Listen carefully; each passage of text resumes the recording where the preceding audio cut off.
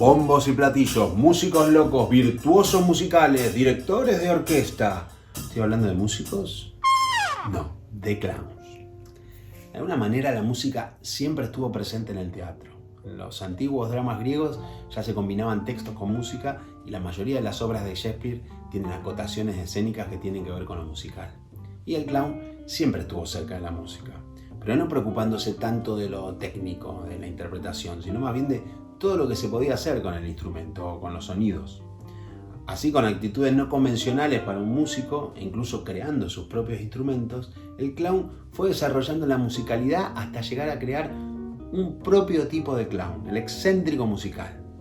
Pero ¿cómo se fue dando todo esto? A ver, el clown siempre busca nuevas herramientas para incorporar en su práctica escénica, en los números. Entonces, si aparece una escalera, un taburete, un colchón o lo que sea, va a ser para sacarle un uso. Y lo mismo con un instrumento. Si llega un violín a manos de un clown, lo va a observar, va a intentar tocarlo, por supuesto, pero posiblemente le dé otros usos, ¿no? Antes de hacerlo sonar y le saque otra anormalidad al instrumento. Quizás sí acabe tocando, probablemente sea así. Además seguro que toca muy bien. Pero a pesar de eso no va a ser un músico, será más. Será un músico cómico. Como decíamos antes, el clown siempre fue musical, desde instrumentos propios como la mandolina de los clowns italianos o la concertina de Gluck, hasta tomar prestados instrumentos de los músicos de orquesta.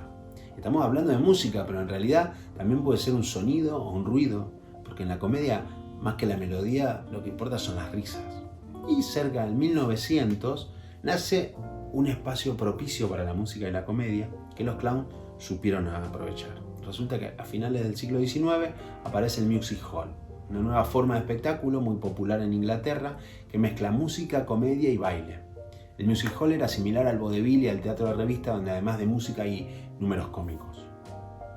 Atención, música, comedia, dos palabras que le interesan al clown.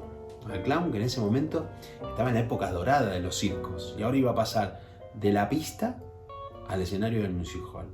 ¿Y cómo fue eso? A ver, el music hall por un lado ya tenía comediantes, pero lo que no tenía era un clown. Pero el clown en ese momento no actuaba solo, solía relacionarse con otro clown, el Augusto con el cara blanca o el maestro de ceremonias o incluso otro artista del circo. Pero acá en el music hall iba a pasar a ser un artista solo. A este clown le llamamos excéntrico. Bueno, no es que el excéntrico sea el clown que actúa solo tampoco, ¿eh? Lo que pasa es que actuar solo significa tener que encontrar conflictos no con otro artista, sino con otras cosas. Efectivamente, cosas, con objetos.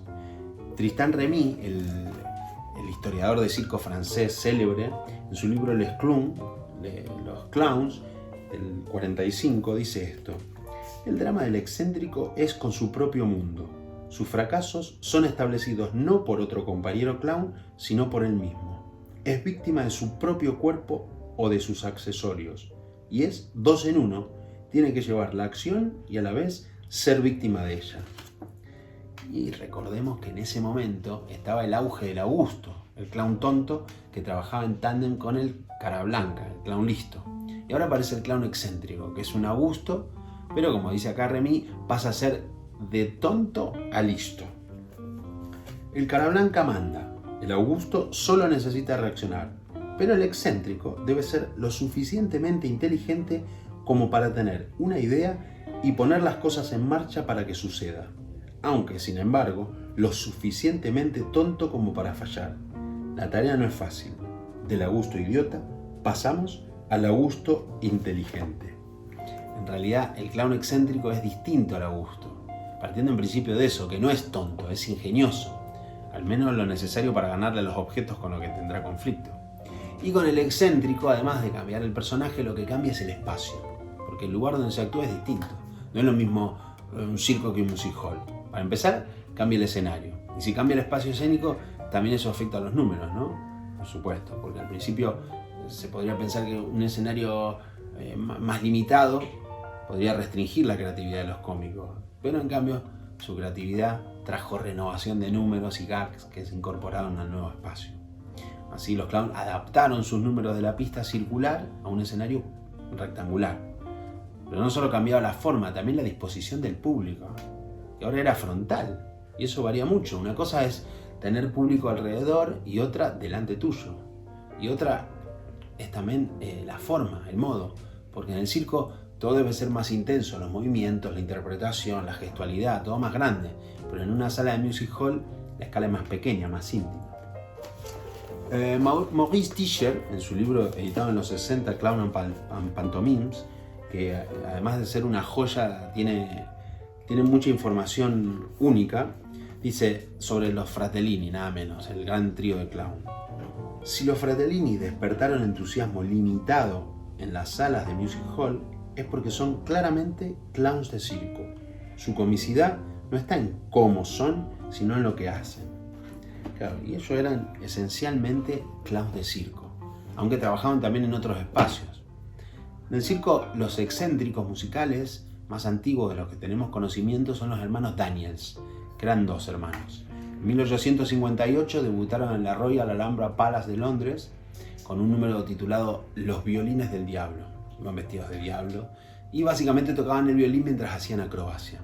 Este número de Los Violines del Diablo se convirtió en un clásico que fue retomado por muchos excéntricos y clowns musicales.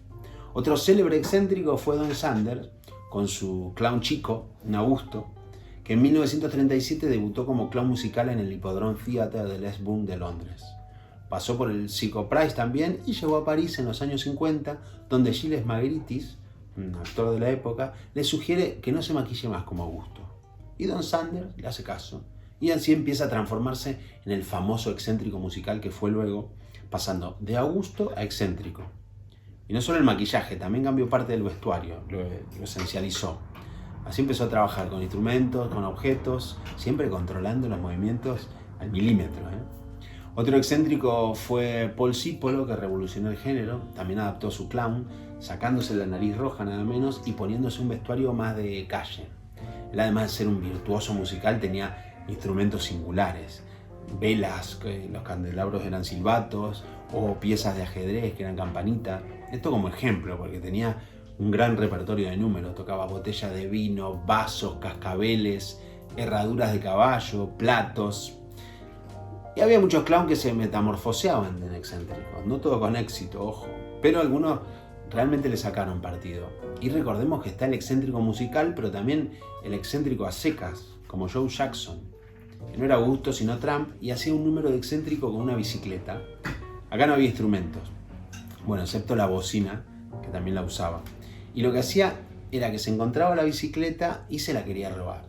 Y en el medio aparecían conflictos, desde las mangas que se le enredaban en el sillín, la suela del zapato que se le pegaba al pedal, la bici que se desarma, una lucha contra el objeto, que el público disfrutaba mucho, y más tarde lo retomaron otros clowns y su propio hijo, que volvía a repetir el número, y otros muchos también que lo copiaron.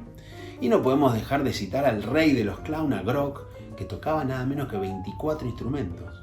Al principio trabajaba con su partener, el gran Antoinette, pero después sus compañeros fueron los instrumentos, sillas, todo tipo de objetos. Todo eso le dio pie a los gags. Gag, una palabra que comenzaba en esa época además y que empezaría a propagarse en el cine mudo. Y no es casualidad porque en el cine mudo a la vez llegaron muchos comediantes y clown que venían del music hall. Pero bueno, la comedia del cine mudo da para mucho, es tema de otro capítulo. Cerramos de momento el clown en el music hall.